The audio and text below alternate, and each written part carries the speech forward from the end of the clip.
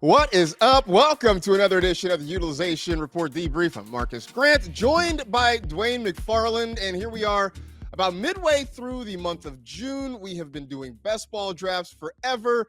I should check right now as I'm saying this to make sure I'm not on the clock in any of them, and it appears that I am clear. Dwain, I know you have been neck deep in it for some time now, and I guess to that end, we decided to kind of extend our cavalcade of stars. We haven't had a guest in a Cavalcade. couple of weeks, right? But I know you enjoy me saying the word cavalcade. So we have on a new guest, not a new guest, a returning guest, I guess I should say, who will help us out in this best ball quest that we are on right now. Yeah, I mean, Establish the Run claims Leone, but we would happily call him our own, Fantasy Life's own. Sorry, Evan and guys, if they're listening, we're not trying to poach Leone.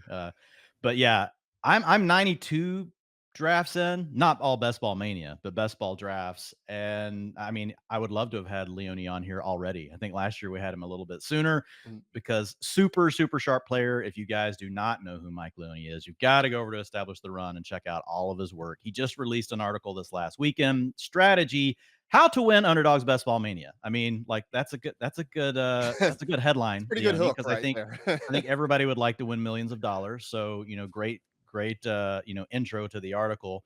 But super happy to have you on. We're going to talk a little bit today about that article, some of the findings you had. You guys did some really cool stuff at the end of last year I was keeping up with. I did not have a team in the final, 441. So, I was definitely kind of fiending, wishing that I did, but it was really cool to see the work that you guys did in running the sims and looking at all the ranges of outcomes for these potential teams based on how many live players. And now you've gone back and you've dug into that data some more and looked at that full range of outcomes. And then you've come up with, some of your takeaways from it. And that's what we'll talk about today. But man, just so happy to have you back on the show.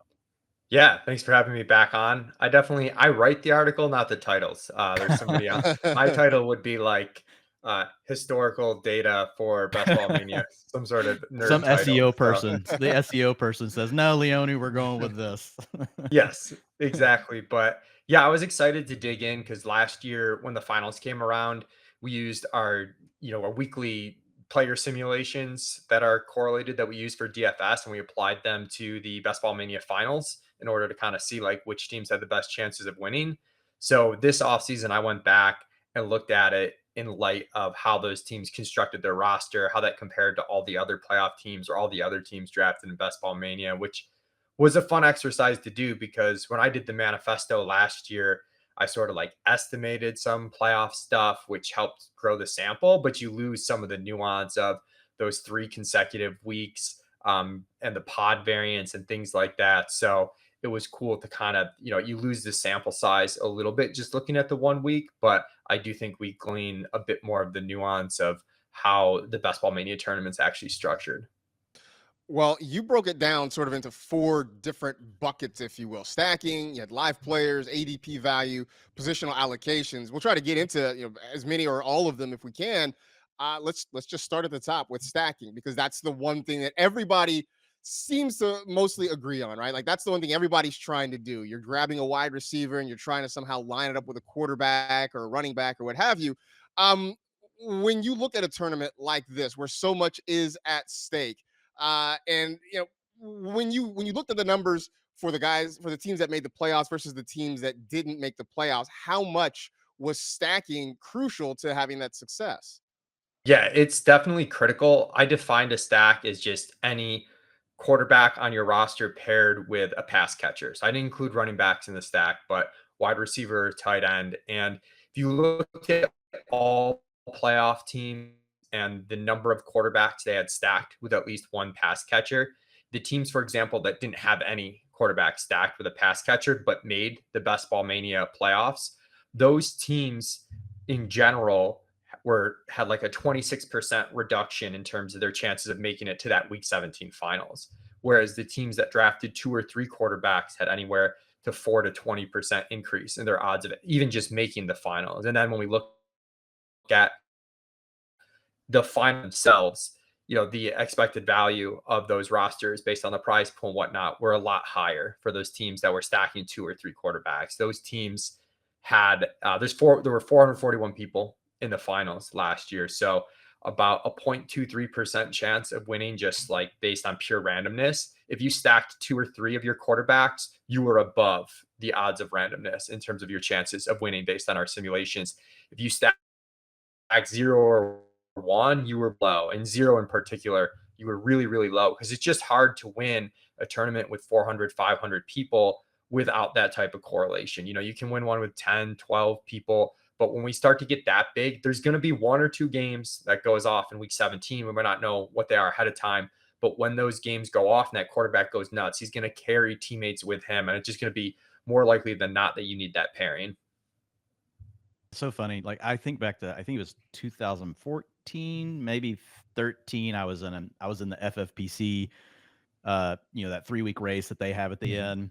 And that's whenever I really first figuring out like stacking. Like it was already starting to kind of become a thing like in DFS, but like thinking about it in season long, and it's amazing how much it's come forward. But that year we had me and a buddy of mine that we drafted all of our teams together, and it's a tight end premium league. But on 2 teams we had Peyton Manning and Julius Thomas. And like, man, when they were connecting, like we would jump like 15 spots, in the ranks. And that was big for us. Like that took us from winning like $5,000 to like 30 something $1,000 that year just on those 2 teams. But the other thing with stacking, Leone, I see a ton of quarterback stacking, like Marcus said. Like I feel like the masses, and I'm sure you'll talk about this more in the manifesto, like how much people are adapting and actually, really applying these strategies. I think we're getting, to a point where more and more people realize they should be stacking their quarterbacks. But what I don't see as often, I see this more than I used to, but what I still don't see as often is the game stacking, which means it could be your quarterback stack and then adding a bring back player from that week 17 game. So if you've got a quarterback and a wide receiver, whoever their opponent is, you're adding a player from the other side, because you're really saying, hey, I'm banking on this game in this world that I've built. This, as Pete likes to say, in this reality that I've built, I'm picturing that this game is going off at the end because I've already made that bet. So you're adding a player from the other side. It doesn't always have to just be someone opposite of your quarterback or your quarterback stack. It could just be like right now, maybe you took Bijan Robinson in round 1. You're late in the draft. You've only got 6 wide receivers. You want to add a 7th one. You want to add a rookie. You're looking for somebody that can come on late. It's Luke McCaffrey, right? He plays for Washington. They play in week 17. So game stacking is another component. What did the data say about the quarterback game stacking as well as just game stacking in general? And like, is there a sweet spot that drafters should be aiming for? Yeah, so I looked at the game stacking, and I considered a game stack first had to meet that criteria of just the team stack. So quarterback with same team pass catcher, and then add in a component of any opponent skill player. Could be running back, wide receiver, tight end.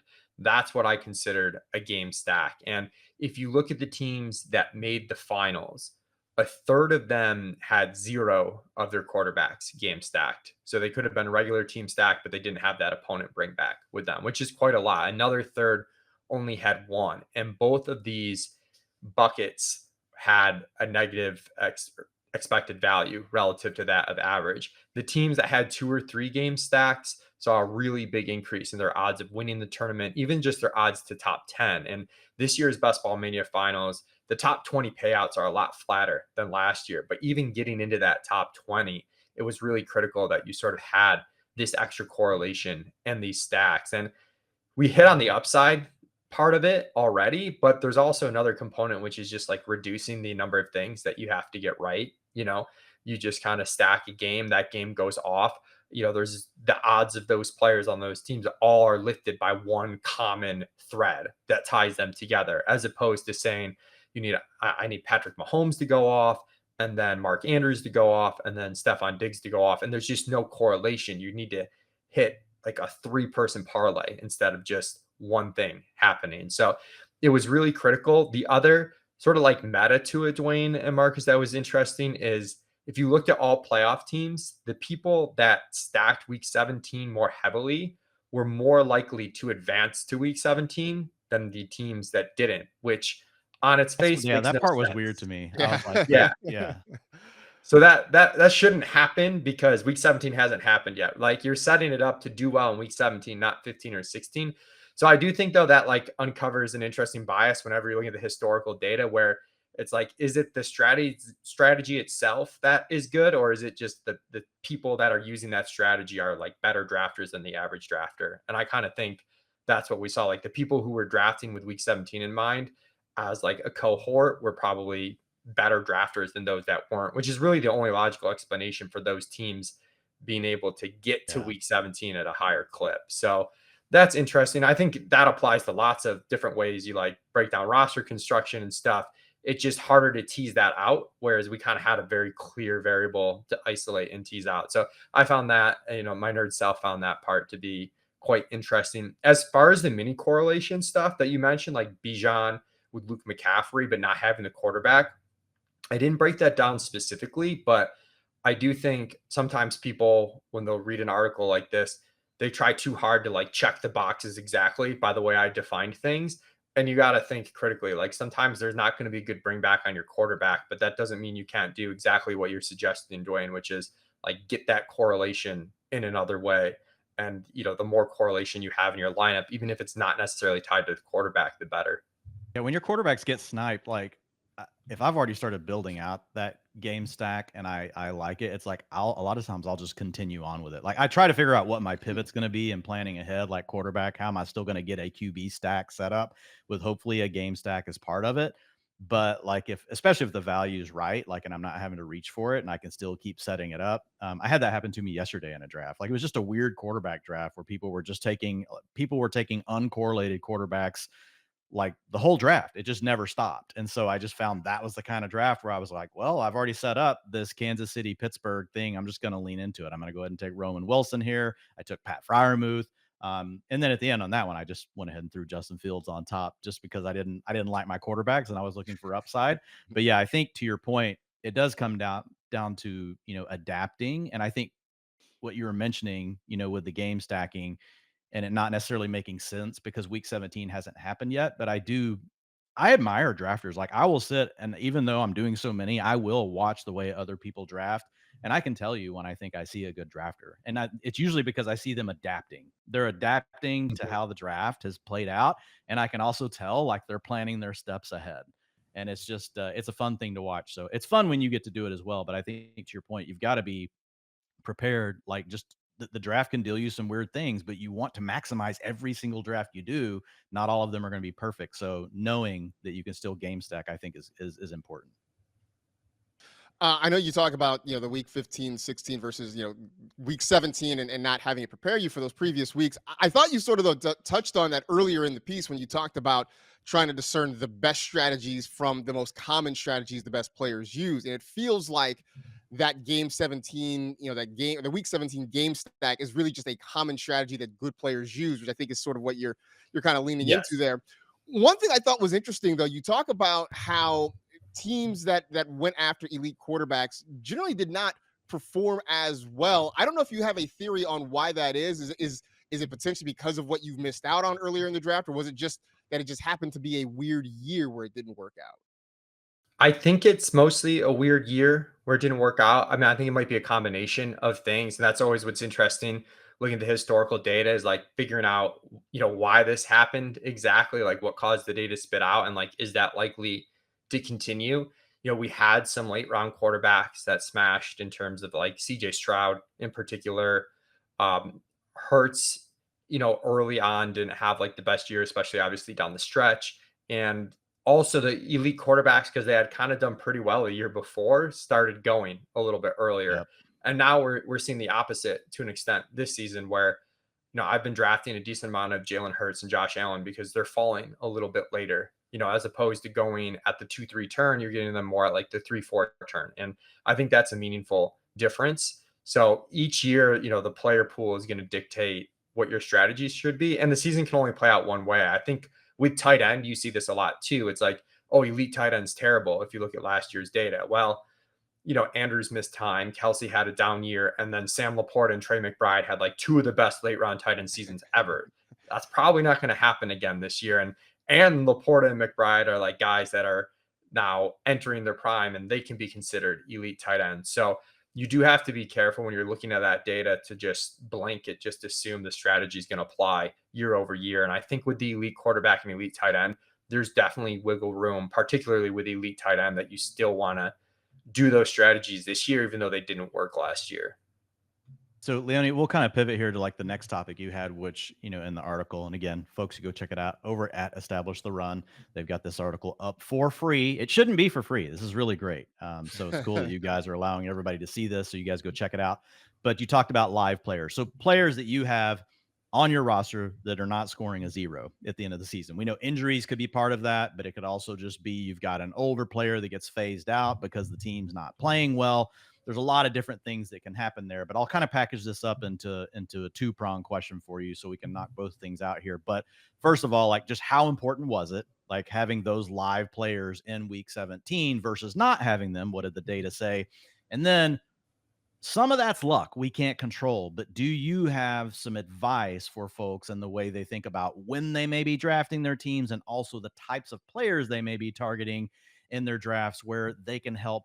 Essentially, is there a way that we can help reduce, the risk of losing players and more so setting our roster up in a way so that it's peaking at week 17 at that moment where we really, that's when everything's that's when all the chips are in the middle and when we want to win the money. Yeah, as far as how important it was, it's like crazy how important it is. The teams that had like 9, 10, or 11 live players. And again, that was just, I used a pretty easy definition. Just did they score more than 0 points on that particular week? Which isn't the perfect way to do it, but it was clean and easy.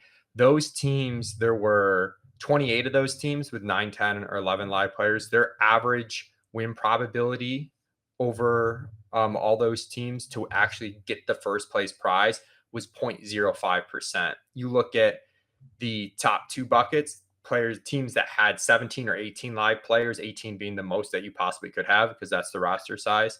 There were 31 of those, and their average win probability was 0.6%. So like hugely like more important in terms of expected value. You're talking like 5 times the EV if you had 18 live players versus 9. There's a couple reasons for it. The most obvious is that you've got more, with the best ball scoring, you've just got way more chances of someone cracking your lineup. It also means if all your players are live, that means none of your early players got hurt. So that biases the data a little bit.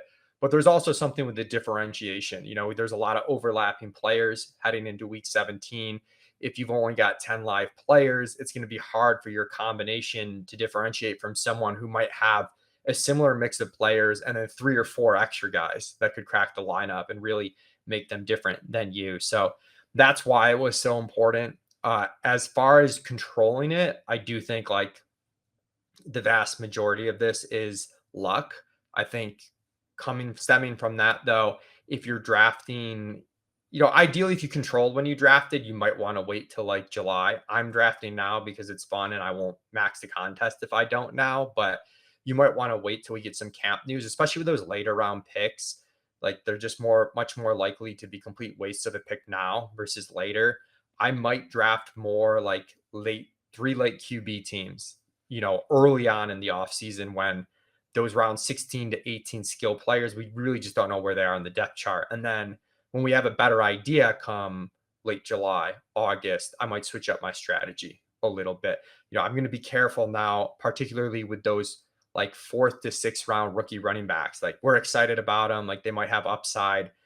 They might not play it down all season long, right? Like we get too optimistic about those types of players. I want to see some more solidifying information that they are where they are on the depth chart where we're hoping they'll be. So the other takeaway for me there is just like, as much as we want to optimize for week 17, if you can just get as many teams through as possible, even peeling back from the finals, just getting into the playoffs, the more likely that you're just going to randomly run into a team that's perfectly healthy. And there's nothing more advantageous than a perfectly healthy team. So then that gets a sort of an ADP, right? Where everybody's trying to find value. We're all trying to find bargains, right? We love bragging about a guy that fell into our lap several picks later than he was supposed to go. Your simulation showed the drafters who accumulated the most closing line ADP value had a huge advantage in the finals. So talk more about ADP value and how you calculate it and how much it means to having success here. Yeah. So there's 2 types of ADP value. The first one's the closing line ADP value, which just means the ADP at the end of the contest compared to where you drafted the player. So I looked at that, and that's hugely important because obviously, if you're drafting guys in May whose ADPs end up skyrocketing by the start of the season, you got a ton of value on those players. So it might seem obvious that that's a really good thing, but the numbers show that if you were in the top 10% of all teams in terms of your total ADP, closing line ADP value, you were double the rate of randomness to make it to the finals. So those top 10% teams made up 20% of the finalists, which is, kind of crazy. Whereas if you look at the bottom 30% in ADP value, those bottom three buckets, they collectively only made up 10%, when it should have been 30% based on randomness. So your odds of just getting there are like hugely different. I assumed that once you made it there, it might not matter that much. Like these are all good teams there at this point. Week 17, ADP is immaterial, but it was kind of interesting that it still did kind of matter in our simulations for week 17. Mostly if you just avoided being at the bottom end, though. If you were in those bottom 30% of ADP value, you still like had a really tough time in terms of your expected value on the simulation. So I think the key takeaway there is if you get a lot of ADP value, you're more likely to make the finals. And as long as you just avoid being the bottom 30%, the worst third of teams in terms of ADP value, that's when you can start to mess around with your stacking, reaching on some players a little bit, give up a little bit of ADP value to kind of set yourself up for the proper correlation for week 17. I also looked at the ADP that you see in your draft room, like that type of value. That's a lot less beneficial than the closing line, which makes sense. But still, you were more likely to make the finals than that of randomness if you were in the top 60%. Each of those buckets, you were more likely to make the finals just based on the ADP value that you see in your draft room. So that's something to keep in mind when you're considering players. When you talk about trying to find that closing line ADP value, sort of like trying to find players and avoiding injury, is there a strategy to it, or is there a little bit of luck, especially when you're drafting early? Because it feels like so many small things shift ADP, right? We get slow motion vids from OTAs, and that seems to shift ADP. Is there a way to sort of kind of hedge that, engage that a little bit? Yeah, there's a couple of ways. Like one is just trying to get a sense of what you think the market's going to do come um, August. Like we get more casual drafters, so maybe right now the segment of people that are drafting aren't as into early running backs. So you might get some falling ADPs on like Rashad White in the 6th round. That's probably not going to last just because of the type of drafters that are going to change by the end of the contest. The other thing is if you're willing to take shots on some of the rookies late, like Burden for Cincinnati, and if the camp news for him is really good, that he's going to be, the full-time slot and looks great for Cincinnati, that ADP is going to skyrocket a bit. So you can take chances on these players where the range of outcomes is a bit more unknown. Or if you just have a beat on the depth chart, in Houston right now, it's Joe Mixon and Dameon Pierce. Everyone's afraid to draft Dameon Pierce, but if they don't add someone by August, his ADP maybe isn't going to skyrocket, but it's definitely going to move up where he's going to be a commonly drafted player, maybe like 14th, 15th round, just because he's going to be a pretty good handcuff to have because there's no competition for the RB depth. So yeah, taking some chances on rookies and having a beat on the depth chart and understanding, where the market of drafters in August might differ from the type of people that are drafting now.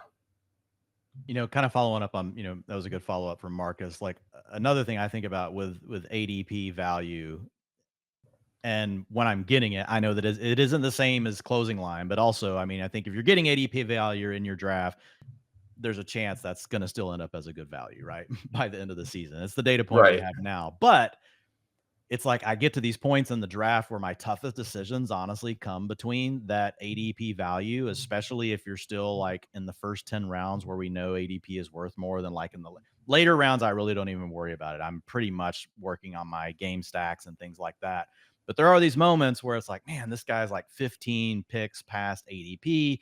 He fits my roster. But if I don't take this wide receiver here, I'm not getting my QB stack. And then I'll try it though. Like when the guy's that far past, sometimes I'll try it and just see if I can get lucky, right? And that player from my stack will come back because I'm pretty sure the ADP value is not going to be there. But then there are other times where I'm just like, nope. Like if my roster is already built a certain way, let's say I've already got 3 running backs and we're in round 9 and the value's at running back, then I'm just like, no, I'm just going to take the receiver that I need to stack with my quarterback here, or the quarterback that goes with the 2 wide receivers that I've already taken. Do you have any advice? Because I do feel like that's a tough one for people. Yeah. And when I first did the manifesto last year, I was hoping to tease that out a bit more specifically. It turned out to be tough because ADP value mattered a lot and stacking mattered a lot. Like they both mattered. And it's usually not just one decision, it's kind of like how it works out in the end. I'd say, like, when I'm on the clock, there's basically 3 things that I'm considering. It's like ADP value, correlation, position of need.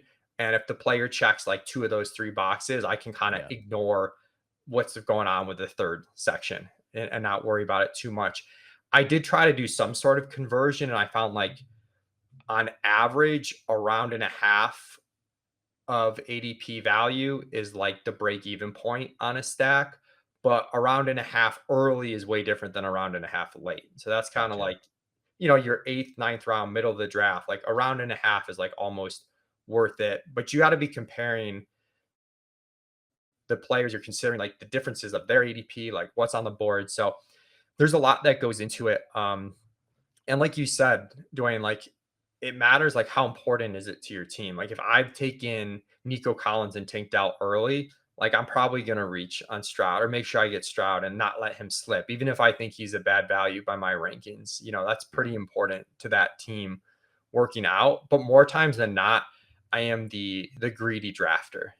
I want to see if I want to push it and see if I can get that stack after ADP, have the best of both worlds. And if it doesn't work out, just be quick on my feet, be flexible, and I can figure out some stacking and some correlation I later. do it too, but sometimes I hate myself for it. Like, Yeah. why did I do that? And I'm with you. Then once it happens, I just let it go and I make it the new challenge of, hey, how do I still make this the best draft possible? That doesn't mean this is a dead end. But still, And there if is that brief moment of where I'm just like deflated. I'm like, you moron. Like you so had that, and that was so important to your team, and you just got greedy. I've been there. I do look at it as like if you're drafting a lot of teams, it comes down to, do you want all of them correlated in a really good way, but like no, maybe like super teams in terms of ADP value, or do you want to take some chances to get like maybe like half super teams with ADP value and then like half teams that are like, the correlation, maybe you got there in the end, but it's definitely not perfect, especially with your early guys. And I like to gamble a little bit, If I'm but on the there's ends, need to I'll both. risk it more. Like if it's coming, like if I'm pick 10, right, and it's coming back to me, and I can quickly look at the teams behind me, right, and I can be like, all right, these are the things they need, and if it works out cleanly, I'll definitely push it. Like I'll say, okay, I'm gonna give like that's the move I think you make. Like say it is your quarterback, and there's those teams all 3 of those teams already have 2, or sorry, the 2 of those teams, 11 and 12, already have 2. Then I'm going to chance it. I'll let Stroud go by, even if I've got Nico and Dell, and I'll try to take if there's a big ADP value. But it's tougher whenever you're not towards the end. If you're towards the middle and there's 10 picks, 12 picks before it comes back to you, it can be harder. What's up, golf fans? The weather is heating up, and so is the action on the greens. With the U.S. Open coming up, it's the perfect time to get in on the action with our partners at DraftKings Pick 6. Pick 6 is a brand new way to play daily fantasy sports, and right now, all new customers who play $5 will get $50 in Pick 6 credits. Getting started is simple. Just download the DraftKings Pick 6 app and sign up with our code DEBRIEF. Pick at least 2 golfers and choose if they'll have more or less of a stat. Lock them in and compete against others for a shot at huge cash prizes. Download the DraftKings Pick 6 app now and sign up with our code DEBRIEF only on DraftKings Pick 6. The crown is yours. Let's look at positional value now. Since we're talking stacks, it makes sense to kind of talk about roster construction and positional allocation and that sort of thing. Quarterback, since we're here on the stack conversation, a lot more teams starting to go 3 quarterbacks nowadays. I know, Dwayne, I know you talk about getting sniped a lot, having guys kind of taken out from underneath you. Was it a good strategy in 2023? And when should you lean that way versus maybe just a more conventional 2 quarterback build? Yeah, the 3 quarterbacks did well last season. If you looked at the full field, like 40% of teams drafted 3 quarterbacks, but 46% of the teams in the finals drafted 3 quarterbacks. So it was positive leverage. 2 quarterbacks was kind of the inverse of that. Like it wasn't terrible. Half the field in the finals had 2 quarterbacks. 56% of the full field drafted them. So it was a little bit of leverage to go 3. And that ties into, Marcus, what we were talking about earlier where like the elite quarterback builds didn't do as well. And those are typically your 2 quarterback builds. So there's some bias there in like in terms of how that's connected. I did find myself, even when I wrote the manifesto last year, like leaning more towards 3, because if you can get all 3 of them stacked, like that is pretty big with the optionality of the stacks where like you get the correlation, but you don't have to use it. If that team flops, you've got 2 other ones that you can rely on. And I also think when you enter the playoff weeks for Best Ball Mania tournament structure, that you're just more likely to get something unique through from like week 15 to 16 because you had that extra quarterback that maybe, stunk in week 15, but you had 2 other cracks to get through to week 16. And maybe that's the stack you need in week 16. So I like building out 3 stacks if I can, but I'm not going to force it if I take an early QB. If I still take an early QB, talking like the first 6 rounds, those are going to be 2 quarterback builds for me, almost every time, barring something, pretty weird. So let's talk about the receivers. This is always the popular Yeah. debate, just because every year, and I feel like right now, every year we just say, "Oh, every year," because it just continues to change. Which is the wide receiver ADPs moving up, up, up, up, up. So this year, if you look at the top 48 wide receivers, they're going 6 picks ahead of where they went last year on average, which last year was a record for wide receiver ADP. The year before that was a record for wide receiver ADP. We don't have to get into all the reasons why, but overall last season that was a good strategy. If you just look at the number of teams that advanced to the finals and to the playoffs, they were overrepresented, meaning those drafters, and you put it this way, they were in those 1 and 2, the top 2 buckets, as far as the draft capital they were spending. They did well as far as advancing. But my question is, like, do we ever reach a point where that changes, where it's kind of like, okay, now we've gone too far?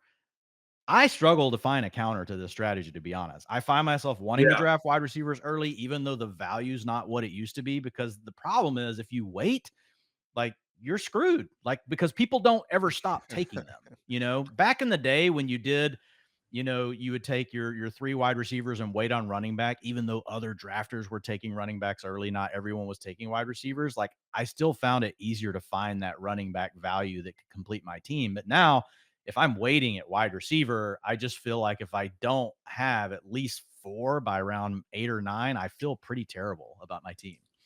Yeah, and it's a combination of the positional scarcity, I think, is huge, like a huge component of this. I know, like, even just stepping away from running back versus wide receivers, like starting 3 wide receivers versus only starting 2 running Yeah, backs is a pretty big deal.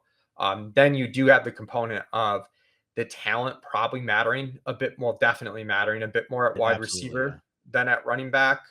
Makes it harder to find really late round wide receivers that are going to ascend. And now the market is a lot sharper in terms of not letting these rookie wide receivers fall. We're not getting 11th round Garrett Wilson again. It's never going to, or 10th round, whatever he was. Like, it's not going to happen again. So these receivers that you could get later, the upside isn't as big. I know last year we had a couple of outliers with Puka and Dell, but that's generally not going to happen. So the way I look at it, and I think Peter Overset said this once, but wide receiver in best ball is kind of like quarterback in like a super flex league that you draft, where the players should go, where you think they should go, is almost immaterial. Like, you have to follow the market to an extent. And you think in super flex league, like the whole league is overvaluing quarterbacks. If you end up with boxed out a quarterback, like, you're still kind of screwed, whether you were right or wrong that they were overpriced. You're kind of screwed. And it's kind of that way to me at wide receiver. Where they should go almost doesn't matter. Like, we've clearly seen year over year as these ADPs come up that it's actually like almost more important to make sure that you're in the top 3 buckets in draft capital at wide receiver, meaning you're like the top 50% of teams in terms of allocating your draft spots early in terms of quality to the wide receiver position. So I think you really want to make sure that you're just not bad at wide receiver. I think that's like, there's very few universal rules, I think, in best ball, but I think that's one of them. You got to be in the top half. You don't necessarily have to be the best, but you got to be in that top half. Within that top half, I think then you can play the board. Some people will go 0 RB and draft like 5, 6 receivers out of the gate. If the value leans that way, that's fine. I know Hayden Winks from Underdog has said like 4 wide receivers by round 7's like kind of a good heuristic. I think that's about right. I do think you can beat some of the people that are maybe going overboard at wide receiver early by taking maybe 3 in the first 5 rounds, but still be willing to pivot. We used to call them hyper fragile running back builds where you'd only draft like 4 or 5 because you took like 2 or 3 early. You can almost do that taking running backs in like rounds 4 and 6 now, and then still be good at wide receivers. So just making sure you're not boxed out and then being more willing to take some detours and beat people at other positions with more premium assets there while they're kind of hitting a diminishing point of returns by continuing to draft a receiver even after they've gotten 4 early. One thing I see, Leone, is people starting off super heavy at the wide receiver position, and then they actually never stop. And I do think there's a point where, like, you start running into a situation where you've got to address the other parts of your roster, and there's just getting the returns out of all that is tough. And I've seen quite a few drafters do that. Like, they'll draft 5 wide receivers straight. They may grab a running back and a quarterback, and then they'll come back for like 2 more wide receivers. Was there anything in the data about people, building out maybe too many wide receivers on their build, Yeah, or spending too much capital? you do see that it's pretty reasonable to stop at 6 or 7 wide receivers if you're wide receiver heavy early. And I know I've struggled with this because I used to like to want to draft so many wide receivers, like get the variance of the position. Like anybody can kind of have a huge week. So, but if you're taking like 4 or 5 in the first 6 rounds, you probably want to stop at 6 or 7. And Yeah, it's like then you've made your really, bets. Now you've got yeah, to you've made reinforce your the other bet areas of your and you're gonna ride and die with these guys early. That's sort of what I'm looking at is like stopping at 6 or 7 if I've taken 5 or 6 in the first, 8 rounds or so. And a lot of times I'm drafting now, I'll really wait on those last 1 or 2 to the end of the draft. Again, with the flexibility with stacking. Like if I have to make a backdoor stack, if I have to take Baker Mayfield and Jalen McMillan late, like, I yeah. don't want to have my wide receiver spots already all filled up. Now you're at 9 wide receivers. I've Yeah, ran then into you're that so many times. right. You get Then sniped, and you're like, "Well, damn, I don't want to take another receiver." it's like I have to take the receiver to make the stack, or I don't have enough correlation, but then I have too many receivers. So I do try to Yep. allow myself that flexibility. I also think the late round wide receivers are probably better picks at this point now, just because I think the running back stuff is so like contingent on the depth charts. Whereas like wide Yeah. receiver, if the guys are good, like they can kind of like work their way up. Well, speaking of running backs, you talked about hyper fragile builds, and I know a lot of folks sort of look at that and say that those teams maybe don't perform as well. But your research kind of showed that maybe that was not as true as a lot of people wanted to believe. What would a hyper fragile build look like, say, in 2024, considering the wide receivers we talked about? And is there a point when you should be willing to kind of jump into something like that? Yeah, and I think this like does dovetail from the wide receiver stuff where because some of these running backs are pushed down, you can have a hyper fragile build without investing a ton of capital. Even like it used to be like you want to take 3 running backs in the first 5 rounds. Like I definitely don't think you want to do that anymore, but the ones last year that worked out was like CMC with like around 6 running back and then like 2 guys somewhere in the rounds 8 to 12 or Jameer Gibbs paired with Brees Hall and then same thing 2 running backs in rounds 8 to 12. It wasn't like 4 running backs in the first 6 rounds. And these teams last year their rate of making it to the finals was pretty neutral to the rate drafted, but their expected value once they made the finals, because if you make the finals with that build, you probably drafted the correct running backs. And then if you have the top projected running back on a week, like that's really powerful. Like I think that's more important on a one single week to have the top projected running back rather than the top projected wide receiver. So, but as far as this year, Marcus, to answer your question, like there are some builds that you can do even if guys really fall like I started a draft with like Derrick Henry at the 3-4 turn and then Josh Jacobs at the 5-6 turn. Like this is not like a ton of RB investment, but that's a team I'll probably draft 5 more than 4, even though 4 is what we consider hyper fragile, just because I'm not having to devote super early picks to it. But I'd consider that like kind of like a hyper fragile build where it's the same concepts as before. It's just now you can apply that strategy without getting killed at wide receiver. Like you can still have drafted 4 wide receivers in the first 6 rounds and gotten like a build that starts with Henry and Jacobs. That's a hyper fragile type or basically anything with CMC. Like if you draft CMC, you got to draft as if you're right. And he's the number 1 overall player. all you're trying to fill then is that RB2 spot. You only need 3 or 4 guys total to do that. Obviously, if they end up filling the flex because you have some breakouts, that's great, but you don't need a ton of guys to do that. So just thinking through, the type of bet you're making, can this running back be a top 3 to 5 back? And if they are a top 3 to 5 back, how should I structure the rest of my roster accordingly? And generally that means not taking a ton of running backs and taking more shots at the other positions. And I think like what you mentioned there, I get it. Like people, it's the cool thing just to keep skipping over the running backs. And I know projected volume can just totally be, a trap. But like when you look at the trade-offs of the other wide receivers you're also targeting in that round, it's not like you're getting the wide receiver 30 anymore in that range. Like you're getting a wide receiver 4. You're getting a wide receiver 5 sometimes that you're getting for someone that might be a top 12 running back. And yeah, we can get volume wrong, but you get Rashad White versus Keon Coleman. We could look back at that at the end of the year and just be like, I'm sorry. I know this is a bill. Sorry, Leone. But like that was a bad example. Let's go to someone else. I don't even care. You insert wide receiver that's going in round 6. McConkey, right? Lad McConkey. What if he only gets on the field in 3 wide receiver sets for a team that wants to run the ball, all the time?